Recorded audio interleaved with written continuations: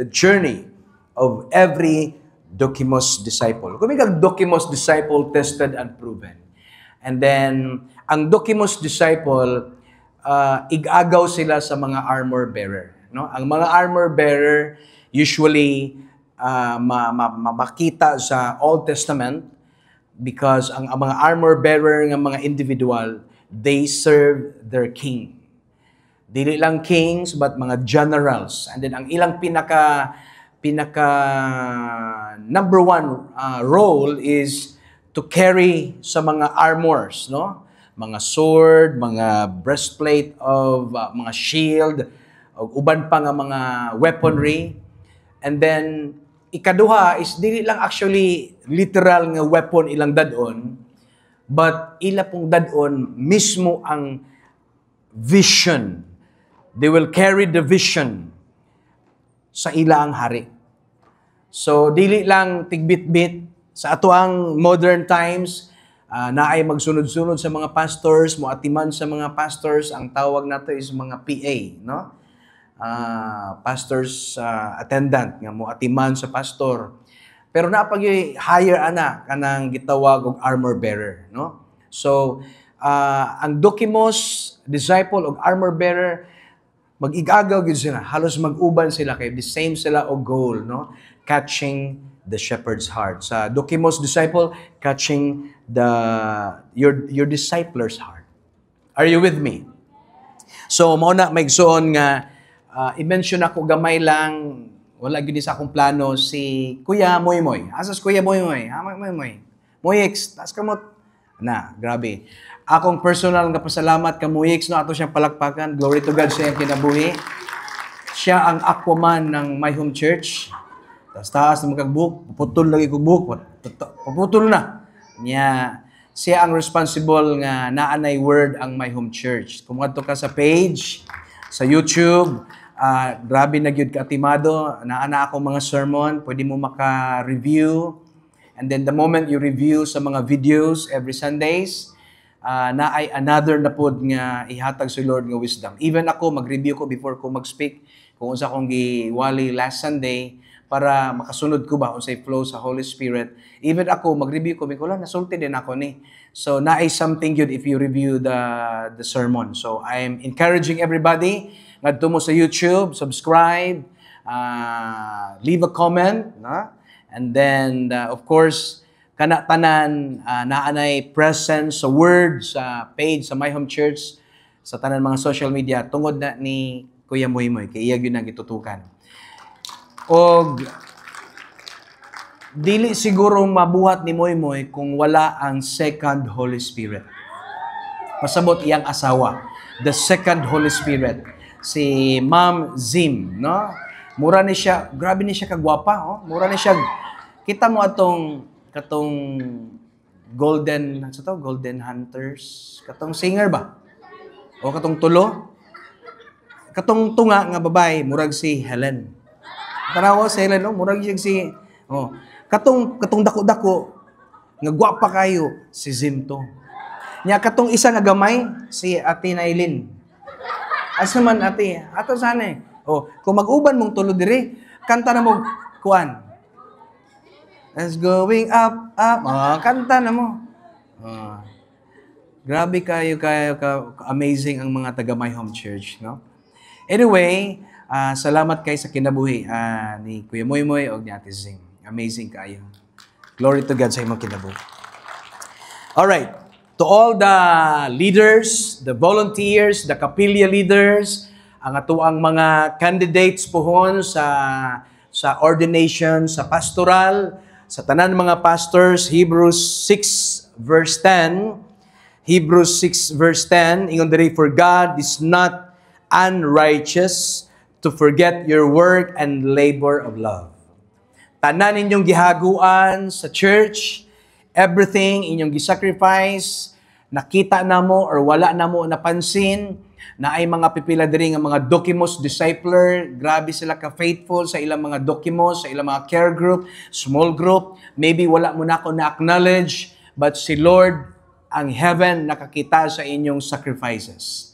Og ingon ang Biblia, for Elohim is not unrighteous Matarong ba atong Ginoo? Dili ba siya kanang dautan?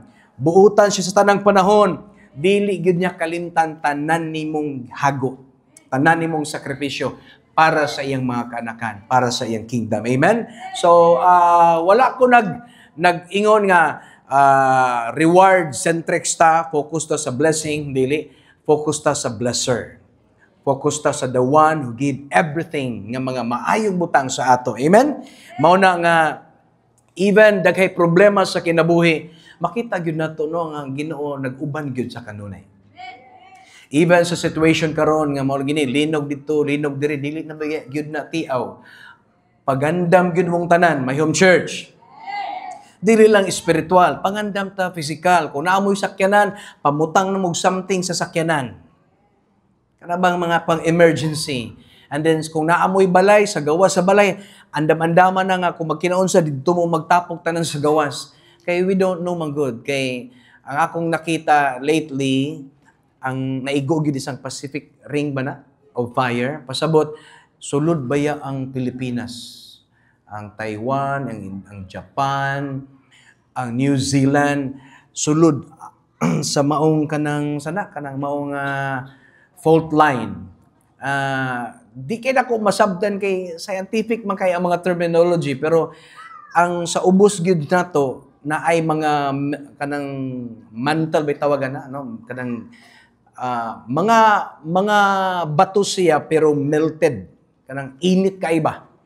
And then sila ang hinungdan didto gid magsugod nga something kusog kaayo ang init, and then mo push pataas sa mga mantle, and then ibabaw sa mantle na ay mga plates, no? O up and down ra amatod pa sa akong nabasahan, pag gamay lang bisag 3 inches or 3 meters nga move ang labay ana sa taas, grabe na kayo nga linog.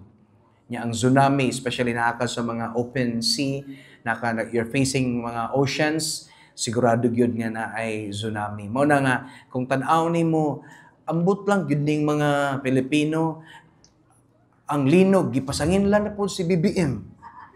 Naglibog na jud ko ang ato na pong president, laluoy na baya jud po ko ni Marcos. Labi gyud nato ang mga nagibutang diha, makaingon na ba ang Bible, pray for those who are in the authority. So we need to pray for our president, even though we are not satisfied sa possible niyang performance, but that's his personality. And then all of us voted for him. That's why congratulations everyone. So we need to pray for him nga naa siya armor bearer, naa siya discipler, na agi makashare sa iya. And then of course, unsay plano sa Ginoo, we are looking for a better leader pohon. Amen. Anyway, napa may 2028 election. So, gipasangin lang si BBM. Ang linog daw, B, bagyo. Ikadua, B, bugo. M, sa nga lugar. Sa dito sa Davao. Naunsa naman yung, grabe, nagyod kayo ng mga Pilipino ba? Ang tinuod migsoon, ang earthquake, part siya sa divine sentence. So God created everything, whole creation, the first heaven, the second heaven, galaxies and the universe.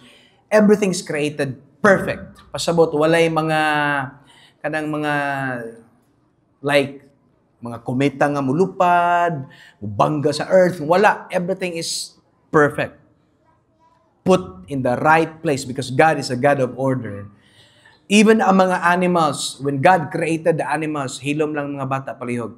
When God created the animals, dili sila mo devour og mga tao, dili sila kanabang they behave, and then pwede madulaan sa mga bata ang mga cobra, ang mga snakes, ang mga lion.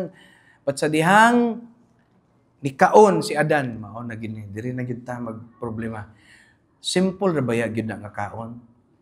Simple ra gyud. By simple eating of the wrong fruit. It's a wrong tree, the tree of the knowledge of good and evil. Didto na nagsugod tanan. Abin ninyo ang affected ang tao lang na nawala ang himaya sa tao? Dili affected ang creations. Mao na nga ang mga planets, nagkagubot na ang mga planets, na anay mga wala nagka-line, ang naay mga planets nga murag mubuto na, Na ay mga stars nga nang buto na, nya daghan ay mga comets nga saag bisag asa nga anytime na mato pa nila na asteroid nga dako kay nga mubangga sa Earth. And then salamat ni Mr. Moon kay siya man ang atong number one protector nga dako kay mong protect niya plus ozone layer.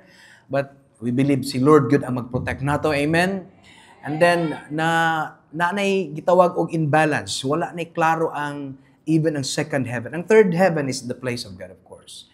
So, apil tanan damage mo na nga ang consequence sa gibuhat ni Adan, even kita karon, even ang atong physical divine sentence ang consequence sa diyang Adam partook the tree of the knowledge of good and evil. Naana ang dying, sickness, diseases, poverty, naana ang mga deformity physically, no? And then ang curse, ang condemnation, naana diha. So luoy nagyud kaayo ang creation. Pag dili ta magbasa sa Bible, we think normal ra ba ang creation? Creation is normal. This is the exact form of the creation. This is the blueprint of God. No, it's no longer the blueprint of God. It's already been damaged in the very beginning.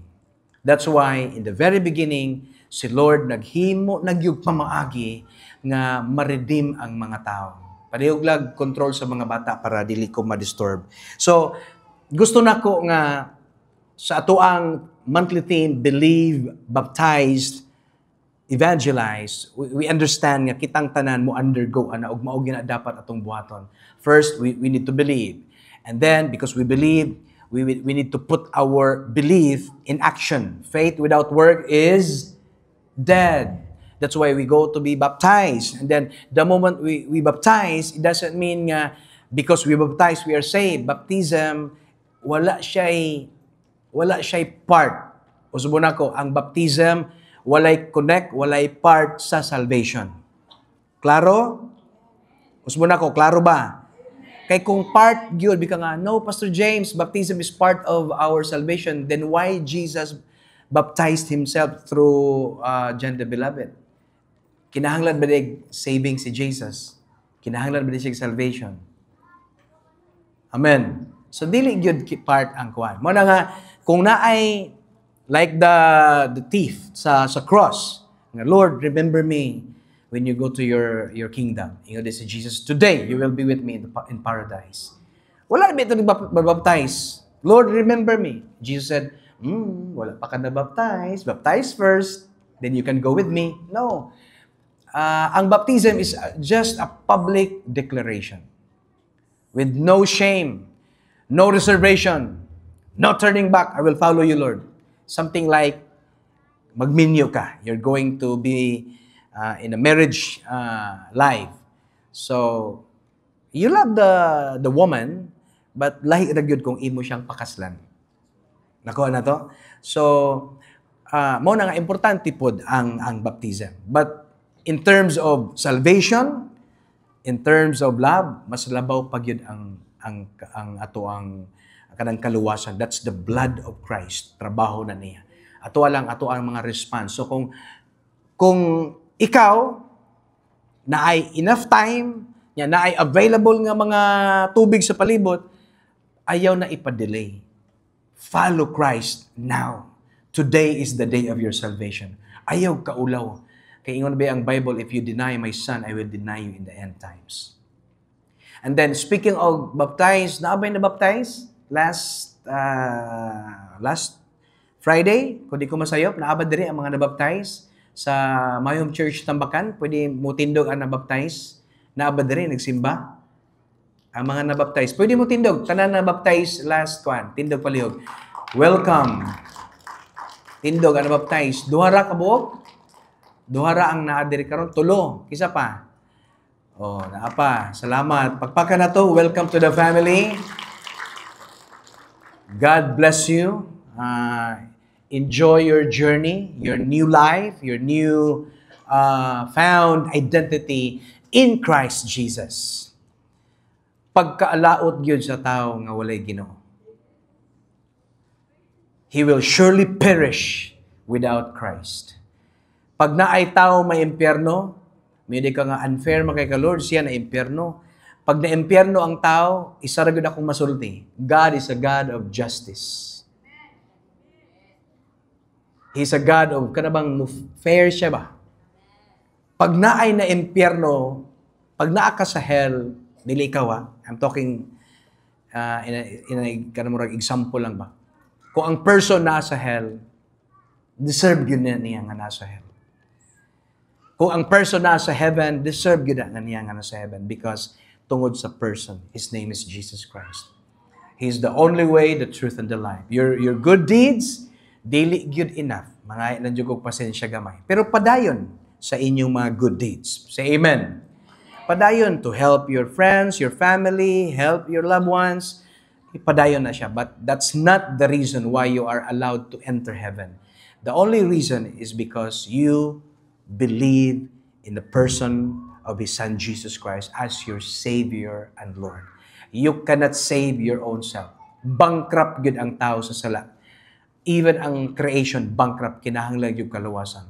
Mao na nga salamat kayo sa gibuhat sa Ginoo. Even in the very beginning, sa dihang gikaon ni Adan ang fruit, the fruit of the tree of the knowledge of good and evil, makita nimo ba nga didto na nagsugod ang tanan. Pwede atong tan-awon sa kadyot sa Genesis 3, 8-19. Na ba dire? So let's go, let's read. And they heard the sound of the Lord God walking in the garden in the cool of the day, around 3 p.m. up to 6 p.m.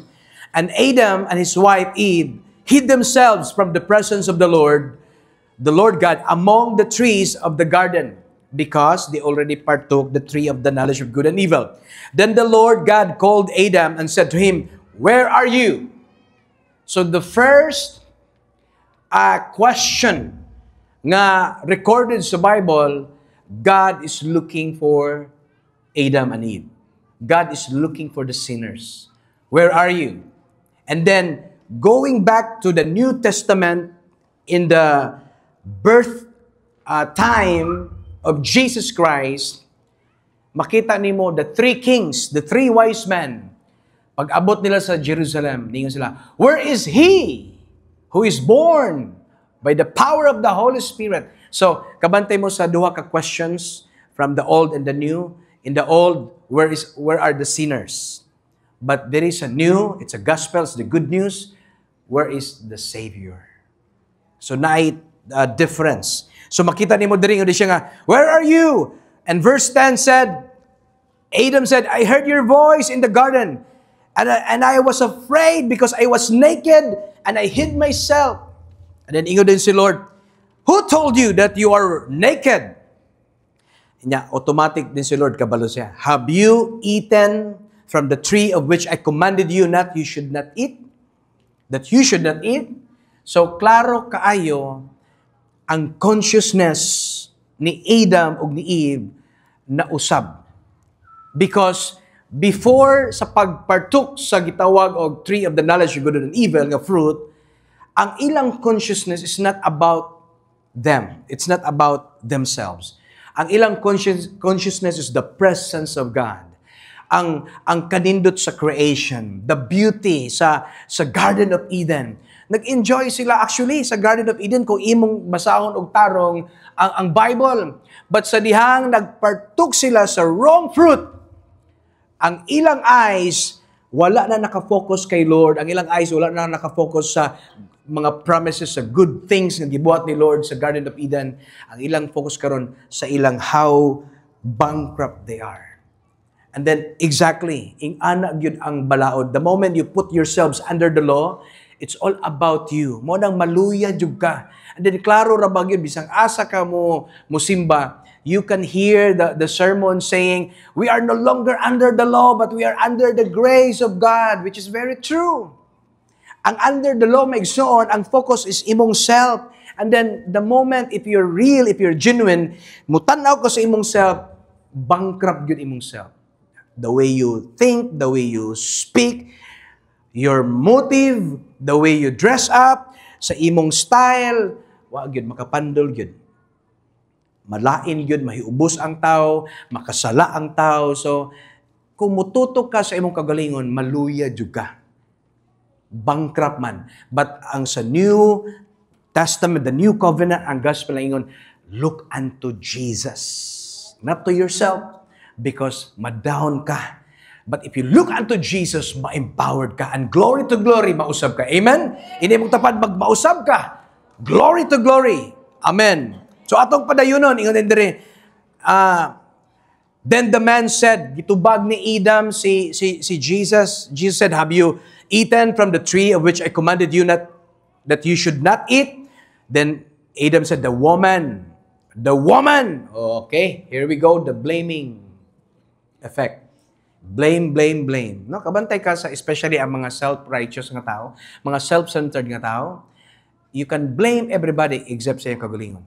Daily gyud na siya gusto i-blame yourself. Sa uban gyud, tungod ba niya niya. Ang kung imong investigar, tungod niya.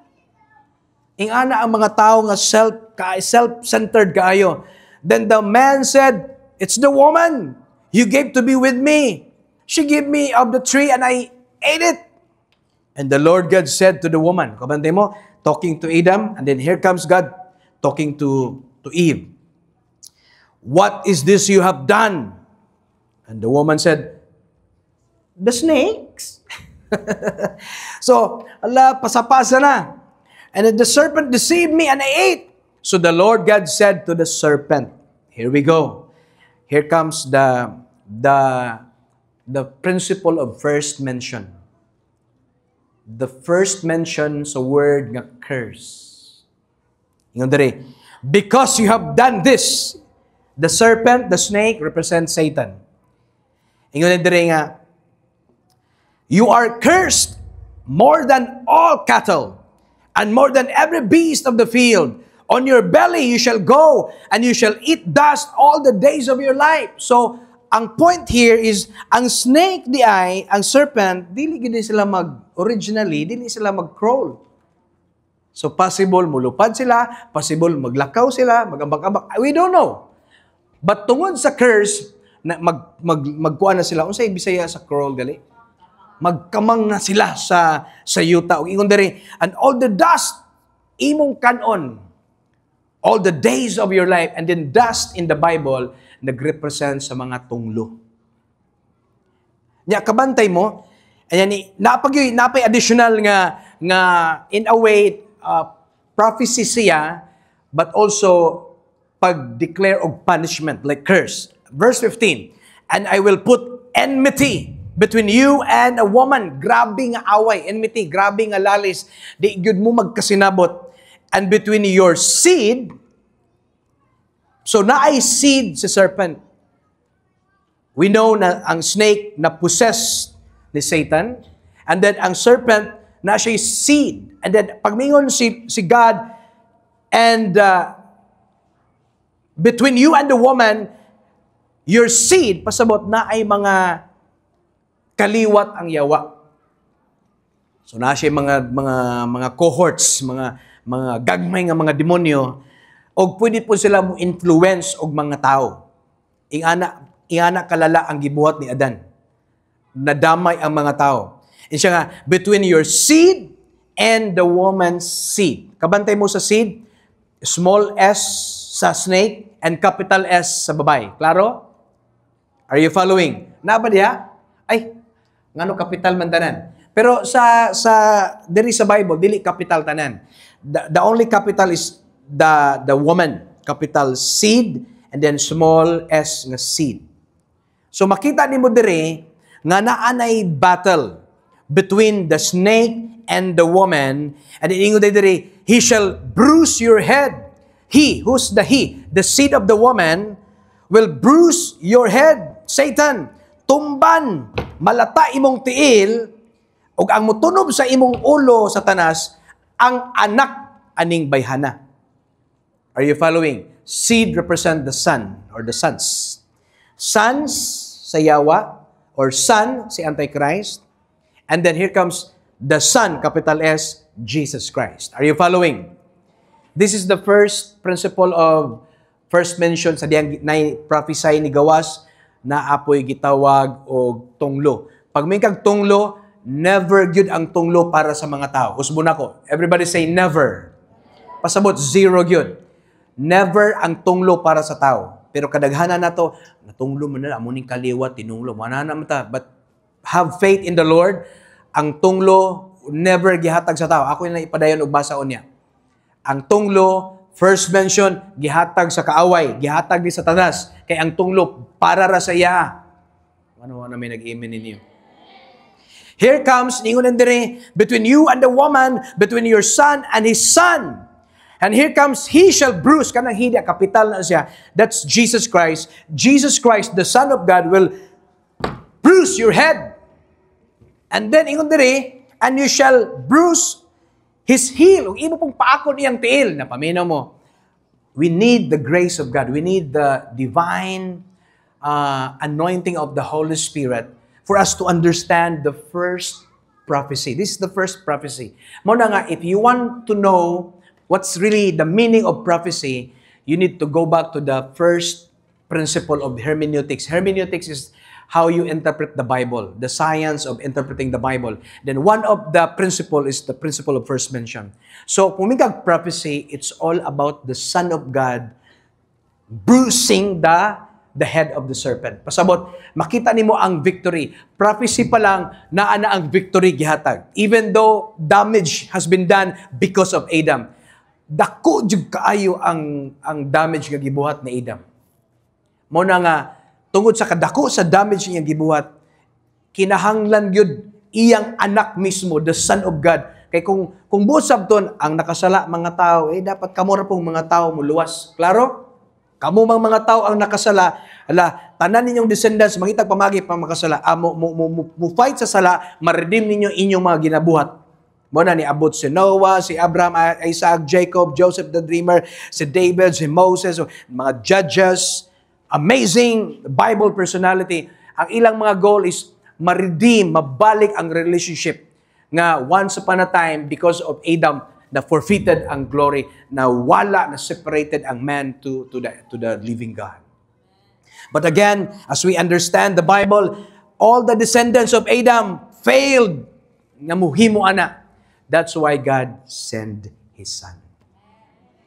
Divine, the begotten Son. Matupos mga bata, Jesus, for God so loved the world, He gave His only forgotten Son. Na-forgot na. Kamu, ayaw nyo kalimti si Jesus. Amen? Hindi mong tapad, ayaw kalimti si Jesus. So, makita ni mo dire, ang tunglo, ang curse, gihatag sa snake, gihatag ni Satan, and then, nag-prophesy dayon si God, I will put enmity, strong away, between you, Satan, and the woman. And if you understand Bible principle, Bible interpret Bible, the woman here is actually two representation. Number one, Israel, and number two, the church, the body of Christ.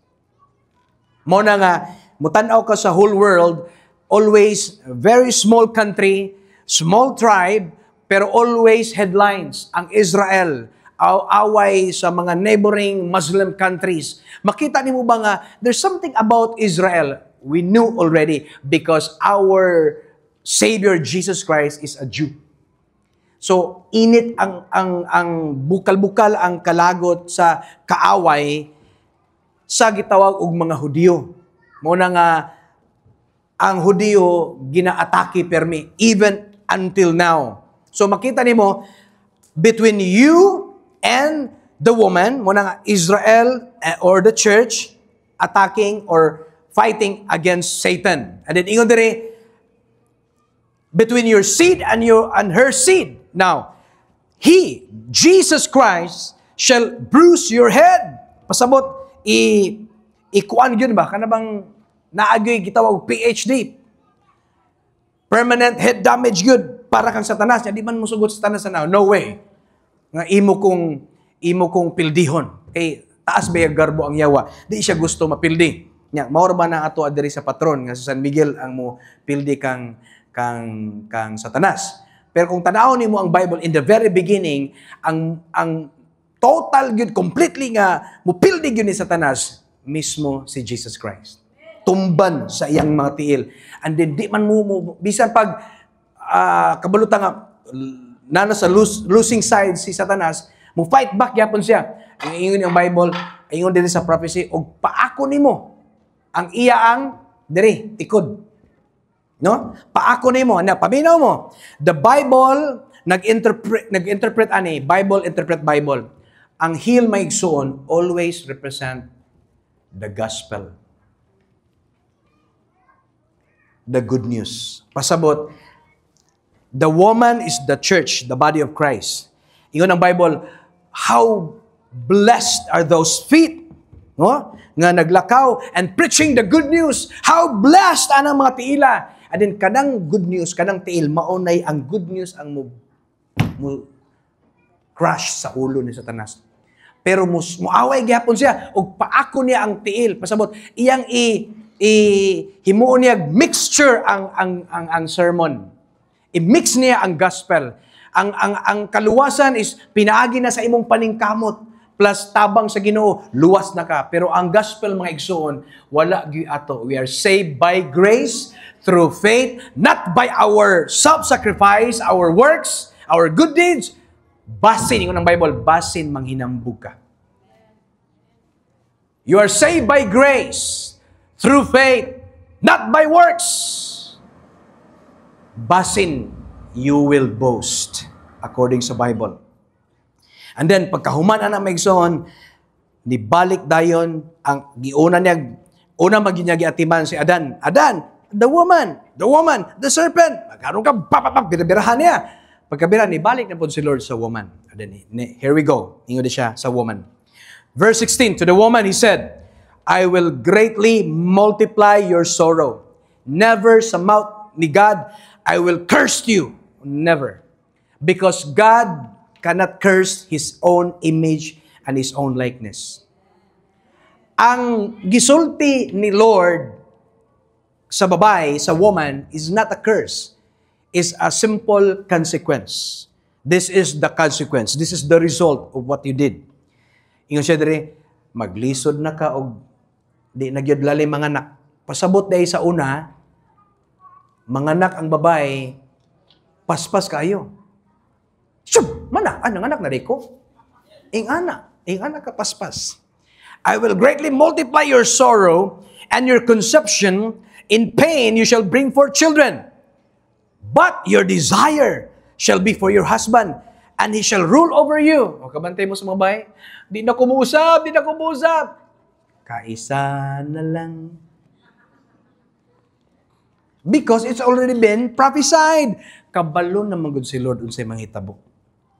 Then, pagkahuman niya, then to Adam he said, because you have heeded the voice of your wife, naminaw ka sa tingog sa imong asawa.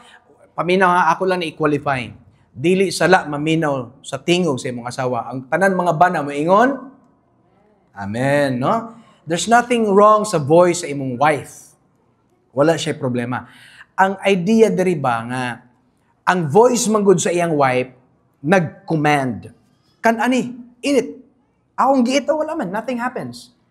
I talk to the serpent, nga, if you eat, nothing will happen. Instead, you will have more wisdom. I eat it, nothing happens. You eat. So, naay another command. But always remember, Adam is the head. He is the federal head. So, ang clause, ang effect sa contract agreement between Elohim and to the human, mag-effect kang Adam. Mo na pagpaak ni Eve, walay nahitabo.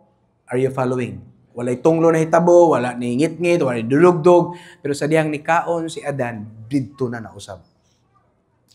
Didto ang effect kang Adam because he is the federal head. Are you following? Ang authority, ang sakto, ang legal transaction, it's between Adam and Elohim, the Creator. Then yung siya dire, because you have heeded the voice of your wife and have eaten from the tree of which I commanded you, you shall not eat of it. Curse is you? No. Curse is the ground. So, walay curse direct to the human. Are you following? So, kanatong madugan nga, na tinunglo mong ginit, tinunglo ni sila nga mga kaliwat. ato nang gidawat, but it's a lie. But if you are in Christ, you are a new creation. All the condemnation, all the curses already been paid at the cross. Amen. Curse is the ground for your sake, Adam. In toil you shall eat of it. Maghagod yung ka all the days of your life. And then verse 18, both thorns and thistles it shall bring forth for you, and you shall eat the herb of the field.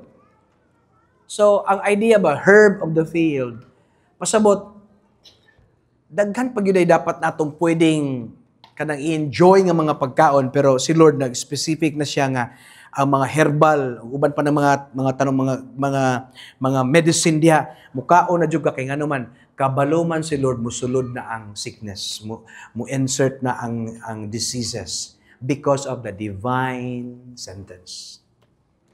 Simple eating. That's why simple eating of the wrong tree, grabe ang damage. In other manner, this simple eating of ostias, Eucharist, and then sito, juice. Makita nimo? Disobedience, here is obedience by faith. Simple partaking of Holy Communion. And that's the body of Christ. And Christ is the tree of life. He is the way, the truth, and the life. In the sweat of your face, you shall eat bread till you return to the ground. Just imagine, when God created Adam, ang pinaka-blueprint, he will live forever and ever and ever and ever. But because of sin, entered sa human race, naanay kamatayon. It's very sad. This is what I believe. The moment the Lord God spoke the consequence, grabe yung kasakit sa iyang dugan ani. In sweat your face you shall eat bread till you return to the ground, for out of it you were taken, for dust you are, you shall return. Mura ba gikuha ta ka diha sa kuan, gihimo ti ka, nya karon ibalik ra pug ka, sakit kay na saya. Pasabot, never nga plano ni Lord nga ang tao mamatay. Inagay mong tapad. Dili man jud gusto ni Lord mamatay ka. But the reality, this is the reality. Physical nga pagsabot. Wala di sa mag-apil-apil og spiritual, physical. Our physical body is decaying. As we age, decaying, dying, and then paingon yun, weakling na gid siya. Thank God we have the Holy Communion. Because ang Holy Communion, as He is, so are we. Not He was, as He was. No, as He is right now. Is Jesus healthy right now? Right now, in the right hand of the Father, is He healthy and strong? So are you in this world. That's why we partake the Holy Communion. Lord, your body, Lord, is so healthy. I will receive your divine healing, divine health. This is my miracle. You partake. And then the Holy Communion, the tree of life, will give us the reverse sa gitawag og consequence nga mamatay na ang tao. Muna nga, if you partake the Holy Communion, it's a very strong, it's an urgency gid na sa atong tanan. Partake the Holy Communion by faith.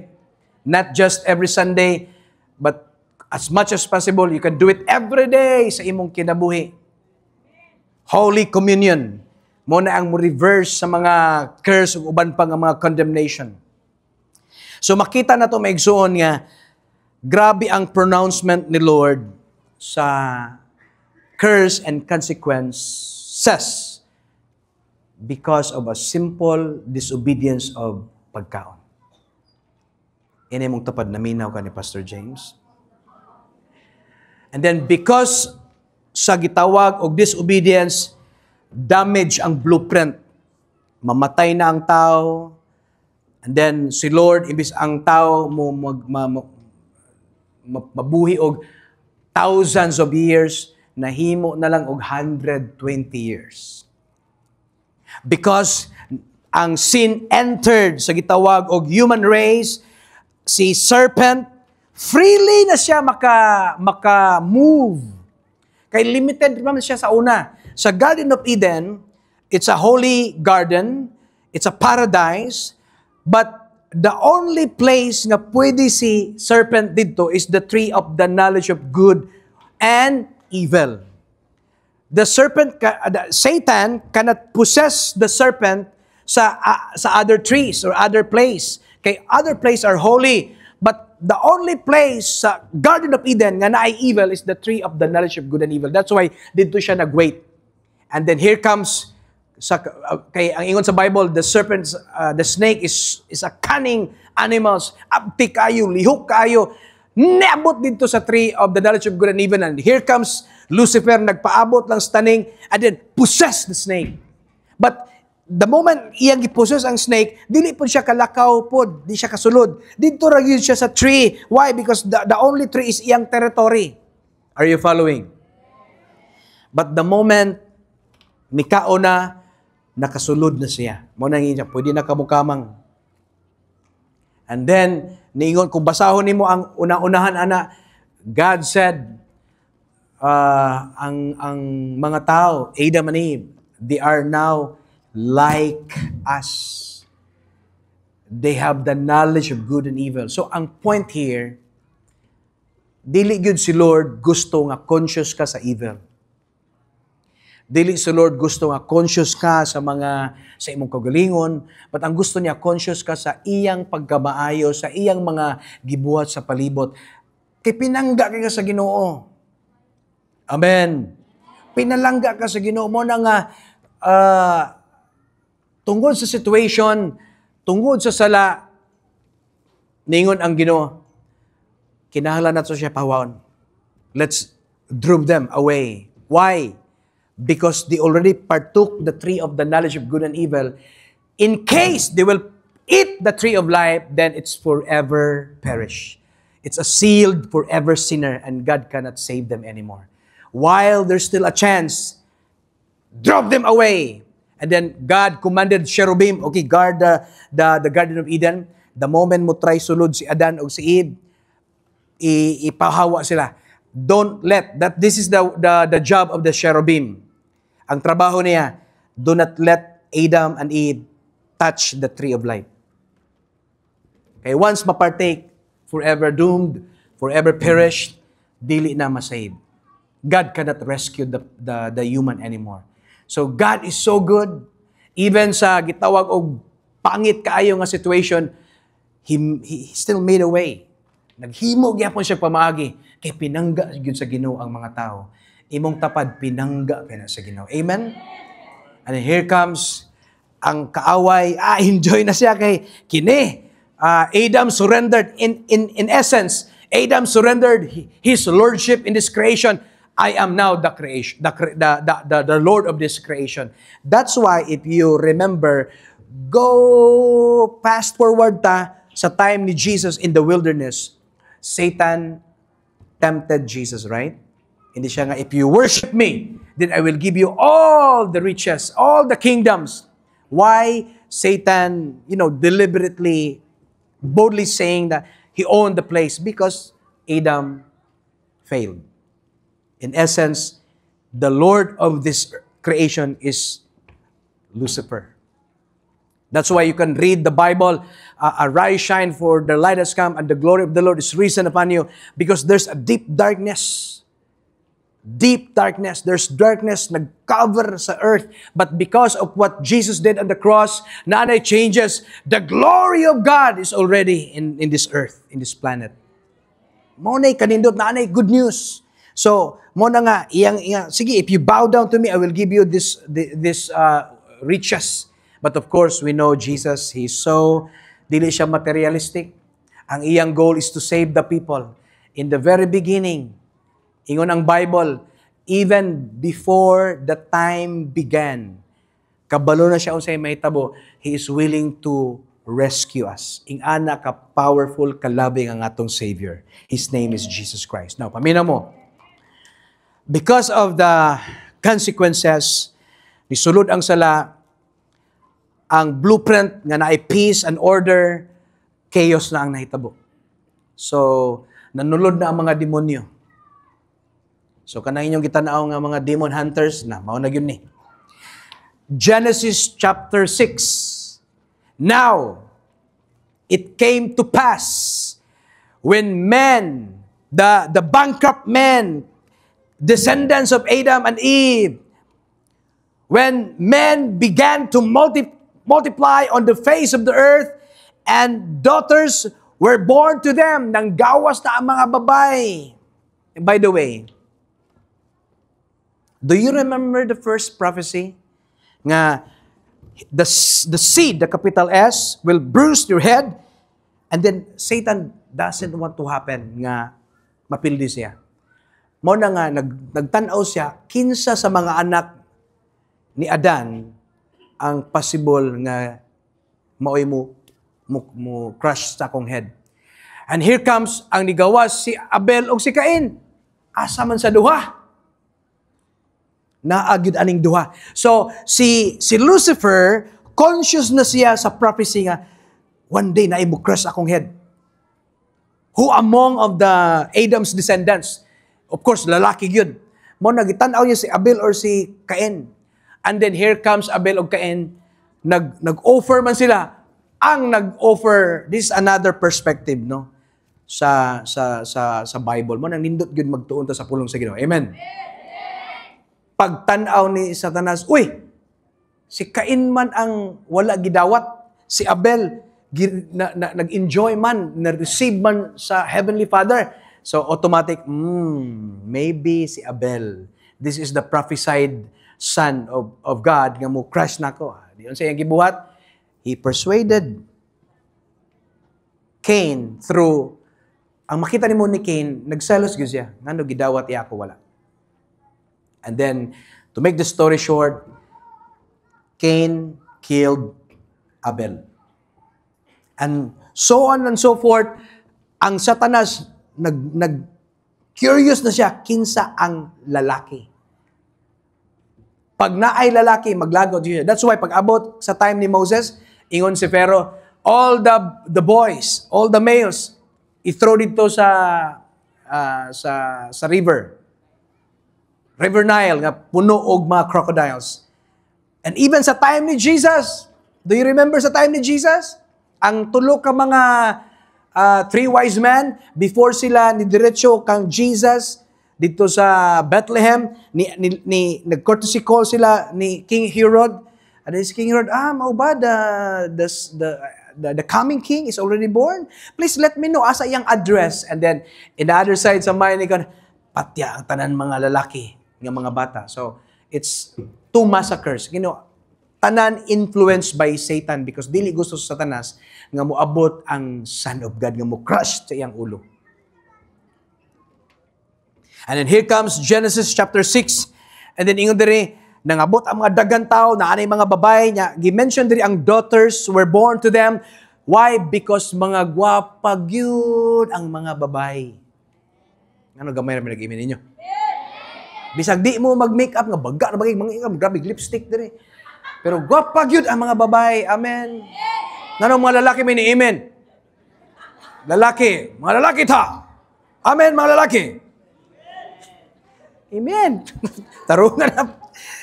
Verse 2. And the daughters were born to them, that the sons of God saw the daughters of men, that they were beautiful.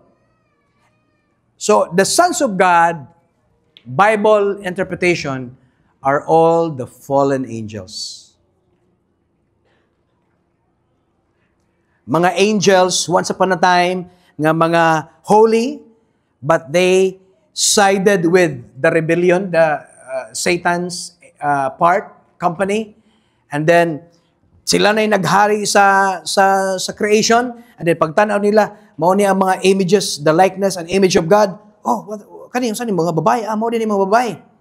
Okay, ang anghel mga genderless. Everybody say genderless. Dili sila male, dili po sila female. Because ang male and female is only for this creation. Outside creation, eternity. walay male, walay female. Only ani nga creation. So of course, bago sila, babae, lalaki. Oh, kani, bati manignaw ning mga lalaki, pero kini mo ni mga babae, gwapa man. Tinuod ba yan, no? Mga gwapa gyud mga babae. Pag-imin po mga babae para na sa inyo. And the sons of God saw the daughters of men. They were beautiful. They took wives for themselves, and all whom they chose. So dire, grabe ang freedom to marry all you want, unlimited. But the thing is, always remember, ang spiritual, dili yun dapat mag-uban sa physical. Ang spiritual, dapat nara sila sa eternity. Ang physical, dili lang dapat sa creation. Are you following? But tungod kay chaos naman ang creation because of Adam and the sin entered, si Satanas na ang Lord, then ang order wala na nasunod. Sila na yung magbuot. So here comes spiritual nag-breed sa gitawag og physical, unsay resulta? Unsay resulta? Giants. Nephilim. Nanggawas ang mga gitawag og demigods, half human, half God. Mao nang makadungog mo Hercules, sons of Zeus. And Zeus, most likely representing Lucifer. And then here comes classic a God of beauty, God of daghan kaayo, no? Half human, half spirit. And then it's all recorded sa Bible, even sa time ni Paul. Na ay mga God dito, God of, nalimot ko kisa itong mga God, si Hermes ba to? Appeal dito, because kaning atong madunggan nga makita nga mga Poseidon, sa panang nga mga God of war, tanan, dili na siya myth lang. It all happened, especially in the very beginning of time. Because nisulod ang mga sons of God, the fallen angels, ni kuan sila, nakigminyo sila sa mga babae, ang uban, mga lalaki ilang gitirahan, pero ang imong mabantayan, dili lang tungod kay gigopahan sila, giganahan sila, because ang goal ni Satanas, are you with me? Ang goal ni Satanas, walay mugawas nga seed. Dapat na ay ang seed nga holy, nga mukrush niya someday, it should be corrupted. We need to corrupt all the seed. Niya kinsa man ang naay makadalaan nga seed, the woman. Mao na nga ang woman ilang gibirahan mo na ang nigawas, lahi-lahi na. Dili na gyud ang original nga klase nga tao. That the sons of God saw the daughters of men that they were beautiful, they took wives for themselves, all whom they choose. And verse 3, and the Lord said, my spirit shall not strive with man forever. Mura bag inato nga istorya, dili na nako ni kaya. Nya paminaw mo, I know He is all-powerful, He is all-knowing, He is all-present because He is God. But please, ayaw ninyo kwa ang katungod kung maingon siya, gikapoy na ko, nanluod ko, nagmahay ko nga gibuhat mo. Kay ang atong gusto mo kay God man di na ka magmahay-mahay. Mambuot man ka sa Ginoo. Nga liwat ra ba taniya nga kusog ra ba ka magmahay-mahay? Tanaway mong tapad. My spirit, verse 3, shall not strive with man forever, for he is indeed flesh. Paminaw sa, unsa na kuno ang tao, flesh, but we knew the truth that we are a spirit inside a body, and in this body with a soul. Are you following? This is the real description. Man, we are a spirit inside a certain body with a soul. But because of sin, ang tanaw sa Ginoo kay forfeited naman ang spiritual, dying na spiritual, the glory forfeited, disconnected na ang relasyon because of sin. So ang nakita sa Ginoo, flesh na lang yun plain ang tao. Are you following? So maunay goal ni Lord. Bankrupt yun ang tao. Ang tao, by definition, because of sin, cannot save himself. You cannot save yourself anymore. It's only by grace. That's why, ang makita ni mo dire, nga si Lord, nangitag pa maagi nga, how to save us, but the other side, si Satanas pod, try to corrupt the seed para dili mo gawas ang Son of God. Ato padayonon, my spirit shall not strive with man forever, for he is indeed flesh, yet his day shall be 120 years. And then remember, before the commotion sa pag-corrupt sa mga seed, ang mga edad sa mga tao, tag-as kayo, 600, 800, 900. Pila man tong pinakatasog edad, si Methuselah, 969. But because of the corruption, and then nag-guol kay ang Ginoo, nagmahay gid siya nga gihimo niyang tao. Ang iyang tanaw, imbes spirit man, nahimo nag-flesh man. Flesh na lang yun. Hindi siya nga, di na nako ni kaya. And then sa dihang, nahitabo ang mga gitawag og pag-combine sa fallen angels, sa gitawag og common daughters of men sa earth, nang gawas na ang mga Nephilim. Verse 4, there were giants on the earth in those days. And also afterwards, when the sons of God, the fallen angels, came into the daughters of men, and they bore children to them. And the children were the mighty men who were of old, men of renown. Manon naman ko mo. Pagay ko na human. Go, Pastor Jumel. So makita nimo ba nga, luoy nagyug kaayo ang human race. Then, ang tawag ana sa Bible is explosion of the fallen angels. The first explosion, kaning chapter 6. Kaning verse 1. But ang explosion nga, mga saawa sila ba para makurap ang seed. Ang ilang gibuhat, dili lang ang babae ilang gitirahan. Ang ilang pong gibuhat, gitirahan po nila ang male. Ilang gihimo nga ang male mo desire na og another male para wala gyud mo mugawas nga seed. So nakita ninyo ang corruption? That's why ang homosexuality never gyud na gidesign sa Ginoo. Ang gusto sa Ginoo, multiply because someday mugawas ang seed. But ang yawa, male to male, female to female. And that's the very beginning. In the beginning pa lang, nang hitabo na. And then many years nang nanglabay, here comes sa atong time karon. Pero kabalo naman 2,000 years ago, the Son of God died at the cross to save us. And tagaan ta niya brand new nga body. Ang gibuhat sa kaaway, sa chapter 6, spirit combined with the flesh, sa daughters of men.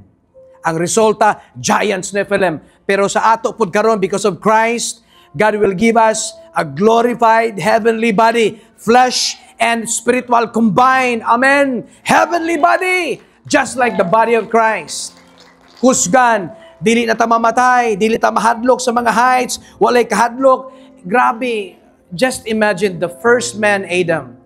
Grabe, image of God, likeness of God. Ang gituhuan gyud sa pipila, most likely, dakong tao si Adan, very powerful, ang iyang physique, ang iyang presence is very powerful. Grabe ang glory. The moment si God, si Jesus Christ, magdala og animals kang Adam, unsa may tawag nimo ana? Mutan-aw lang sa Adam. That's giraffe. Automatic na ay power ba? Tanan nag-name sa animals, dili si Jesus, dili ang God. Ang nag-name sa animals according sa Bible si Adam. Why? Because Adam is the image of God, very powerful. Makalupad, kusgan, unlimited ang iyang pagka-perfect siya. But sa dihang nakasala, bankrupt. Hadloko na, talawan na. And then magmanifest until now. And then dili lang siya naigo. Apil ang mga tao naglibog na sa identity, babae ba dyan ko, lalaki ba dyan ko, grabe ang crisis. And then in the very beginning, that's the attack of the enemy. That's why, unsa ang hope sa humanity, since naan na magyud ang sala, and then naggara-gara na magyud ang mga yawa, the only hope is His Son, Jesus Christ.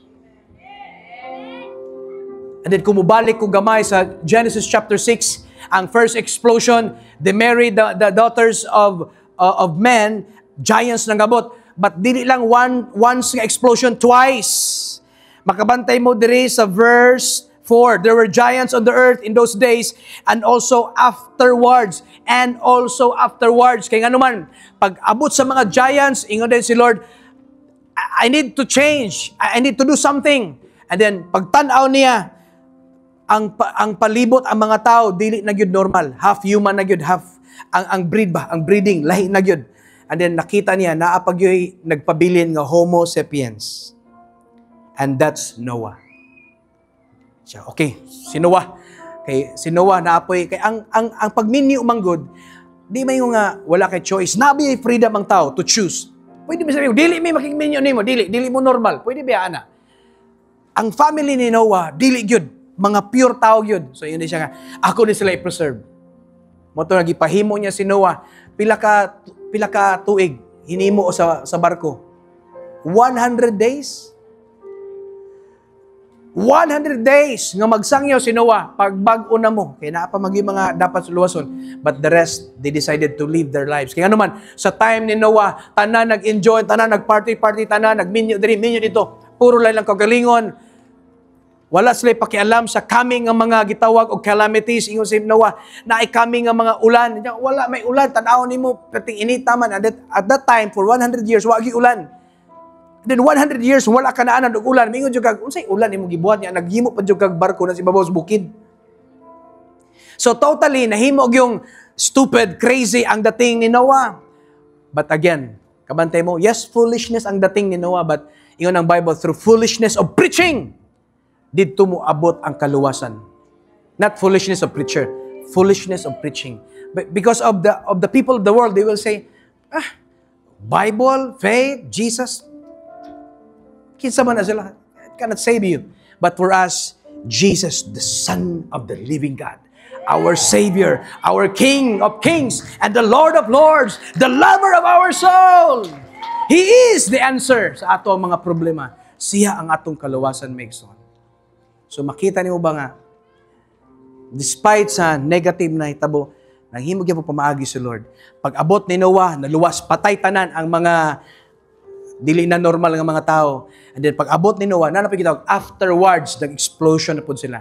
Okay, mga si Noah, napata. Another na po. Pero gamay na lang. Gamay na lang. Mao nang naagya po yung giants. So karon, kaya nag-promise naman si Lord, I will, na may rainbow, I will no longer judge the earth through waters. Diyan na po afterwards, another explosion. Ang gibuhat sa Ginoo, dili na ko mag-flood again. Dili na ko maghimog barko na po. Dili na. Ang iyang gihimo, nag-raise up siya og amazing tribe. And that's the tribe of Israel. Mao na magitawag mga giant killers ang mga Israelites. Mao na si David nagpatay ni Goliath, and katong sa pagpatay ni David sa Goliath, nagkuha siya pila ka bato o 5 ka bato. Ang isa ka bato para kang Goliath, and the rest of 4 plain stone according to rabbinical tradition, ang upat para sa upat ka igsuon ni Goliath. So ang Israel, known sila nga giant killers. Sa diyan naglakaw sila sa Mount Sinai, straight paingon sa promised land. 40 years sila nagtuyok sa wilderness. And then sa diyang naan na sila sa Jordan, sa river Jordan. Then nakita nila ang Canaan, the place of the promise, the paradise. Mauna ni ang promised land, pagtanaw nila dagay giants. But remember, humana si Lord sa flooding. Nag-promise na siya, dili na ko mag-flood. That's why He raised up Israelites through the life of Abraham. So kita, kaliwatan ni Abraham. Mo itong gibasa ganina sa atong Bible reading, katong mga anak sa Ginoo, justified mo by faith through Abraham. Kay si Abraham ay igsoon, justified siya by faith. Pasabot, dili pinagi sa iyang kapagkabuutan, but by simple believing, because Abraham believed. Ingon ang Ginoo, tungod kay nagtuo ka nga naagyuday Ginoo nga sama nako nga nadiri sa taas, the creator of all things, then I will preserve you. Because ang mga tao magud, even sa time kinamay after a second explosion, ang mga tao gara gyapon. Naagya po sila Ginoo, lahi na po ilang mga Ginoo. And God wants you to be safe. Kay kabalo siya anang hitabo, kabalo siya sa atake ni Satanas, kabalo siya unsa iyang legal rights ni Satanas sa creation. But bisan pa man siya ang Lord anang creation sa earth, but nag-raise up gyud po siya Israelites. And then for the last time, sa atong time peron, He raised up the church, the body of Christ. Yun ang Bible, you are more than conqueror, church. You are more than victorious, church. Even the gates of hell cannot prevail against you. Why? Because the Holy Spirit is in you. God is so good. Amen. Yes, dagay problema sa kalibutan. But salamat kayo sa iyong pagkamayo. Iya tang gi-equip para mayunta nga kaya na to ang tanan. Amen? Are you blessed with the word?